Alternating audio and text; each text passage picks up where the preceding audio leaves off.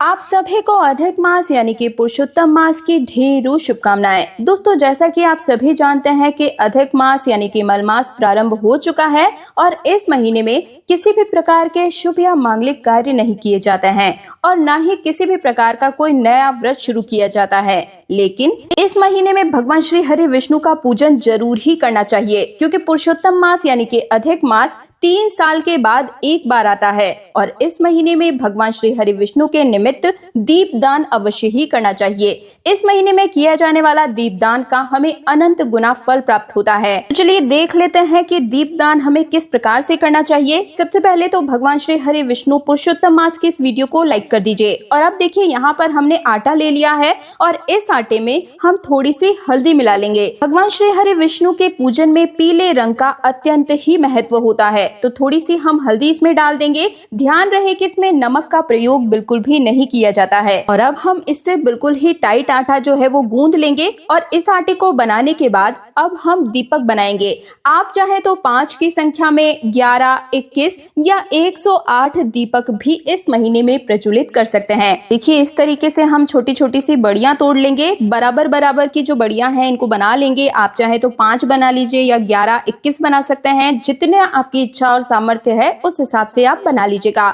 तो इस प्रकार से हम दीपक बनाएंगे और देखिए ये जो दीपक है आप चाहे तो 11 अलग अलग जगह पर प्रज्वलित कर सकते हैं या आप चाहे तो एक ही जगह पर इन 11 दीपक को प्रज्वलित कर सकते हैं। ध्यान रहे कि दीपक का मुख जो होता है वो हमें जरूर ही बनाना है। तो इस तरीके से देखिए बिल्कुल ही गोल करके हम इस तरीके से दीपक बना लेंगे। 11 दीपक मैंने यहाँ पर बना लिए हैं। दोस्तों इस अधिक महीने में तुलसी जी की पूजा सेवा डेली जितना हो सके आपको जरूर करना चाहिए। बहुत ही शुभ रहता है, क्योंकि भगवान श्री हरि विष्णु को तुलसी देवी अत्यंत ही प्रिय है। तो तुलसी जी की पूजा सेवा रोज शाम को दीपक जलाना जरूर ही कीजिएगा। इसके अलावा आप एकादशी के दिन भी दीपदान कर सकते हैं। पूर्णिमा या अमावस्या के दिन दीपदान करना भी बहुत ही शुभ रहता है। देखिए यहाँ पर हमारे जो दीपक है वो बिल्कुल बनकर तैयार हो गए हैं और अब हम इसमें सरसों का तेल डालेंगे। आप चाहे तो घी के दीपक जला सकते हैं या आप चाहे तो तिल के तेल के दीपक भी जला सकते हैं। और अब हम इन सभी दीपक में थोड़ी थोड़ी सी तिल डाल देंगे। कहा जाता है कि जितने तिल चटकते हैं उतने ही हमारे कष्ट कटते हैं। तो यहाँ पर हमने सभी दीपक में तिल डाल दिए हैं।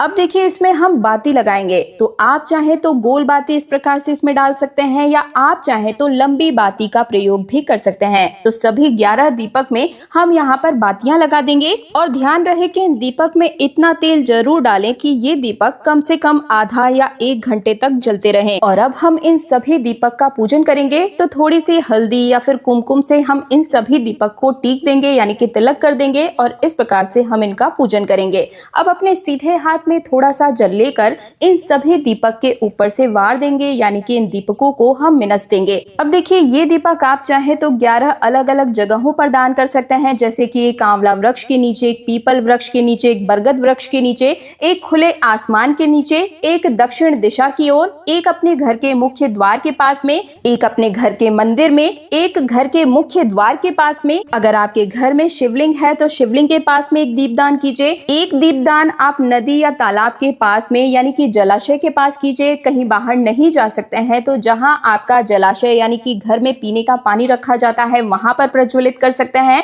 या फिर आप चाहे तो इन सभी दीपकों को घर के पास में कोई मंदिर है तो वहां पर जाकर भी 11 दीपदान कर सकते हैं। और अगर आप बाहर भी नहीं जा सकते हैं तो अपने घर में ही तुलसी जी के नीचे, जो कि सबसे उचित जगह है जिससे कि भगवान श्री हरि विष्णु तुरंत ही प्रसन्न हो सकते हैं, इन 11 दीपदान को आप तुलसी जी के नीचे भी प्रज्वलित कर सकते हैं। तो यहाँ पर दीपदान करने के लिए देखिए सबसे पहले हम हल्दी या फिर रोली की सहायता से इस प्रकार से एक स्वास्तिक बना लेंगे।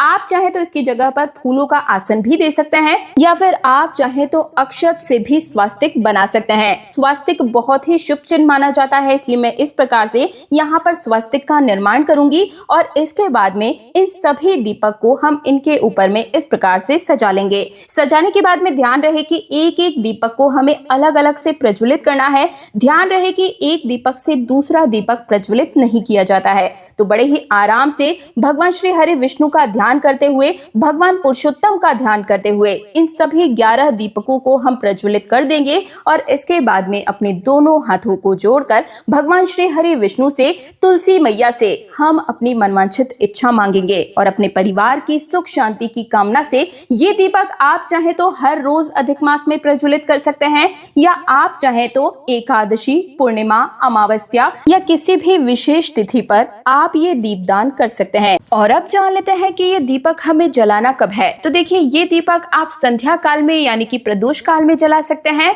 या फिर आप चाहें तो सुबह में यानी कि ब्रह्म मुहूर्त में जल्दी उठकर स्नान इत्यादि से निवृत्त होकर तुलसी जी के नीचे भी ये दीपदान कर सकते हैं। और अब आपके मन में ये प्रश्न उठ रहा होगा कि दीदी, ये दीपक जब जल जाएंगे तो इसके बाद इस आटे का हमें क्या करना है। तो देखिए, जैसे ही ये दीपक जल जाएगा तो ये जो आटा है ये पूरी तरीके से पक जाएगा। तो आप चाहें तो इस आटे की लोई बनाकर गौ माता को खिला सकते हैं, या अगर आपके आसपास में कहीं नदी या नहर है तो वहां जाकर मछलियों को भी आटा खिला सकते हैं। अधिक मास में किया गया हर एक दान पुण्य दीपदान आपको अनंत गुना पुण्य फल की प्राप्ति कराता है। इस महीने के दौरान जितना हो सके हमें जल, अन्न, छायादान, वस्त्र दान, ब्राह्मणों को भोजन करवाना इत्यादि दान पुण्य इस महीने में जितना अधिक हम करते हैं उसका अनंत गुना फल हमें प्राप्त होता है, जो कि मृत्यु के पश्चात बैकुंठ धाम जाने में हमारी यात्रा में हमें सहायता प्रदान करता है। तो ये थे अधिक मास में दीपदान से जुड़ी हुई संपूर्ण जानकारी। वीडियो पसंद आया है तो वीडियो को लाइक करके कमेंट सेक्शन में मुझे जरूर बताइएगा कि मेरी मेहनत आप सभी को कैसी लगी। आपका एक छोटा सा कमेंट हमारी इस मेहनत को सफल बना सकता है। अधिक मास में तुलसी जी की सेवा पूजा किस प्रकार से की जाती है और अधिक मास से जुड़े हुए संपूर्ण नियम और व्रत विधि मेरे चैनल पर आ चुकी है, तो चैनल में विजिट करके संपूर्ण जानकारियां जरूर ही जान लीजिएगा। साथ ही अगर मेरी आवाज को आप पहली बार सुन रहे हैं तो चैनल तीज त्योहार और धर्म को सब्सक्राइब करके पास वाले बेल आइकन को जरूर प्रेस कीजिएगा। आप सभी को पुरुषोत्तम मास की ढेरों शुभकामनाएं।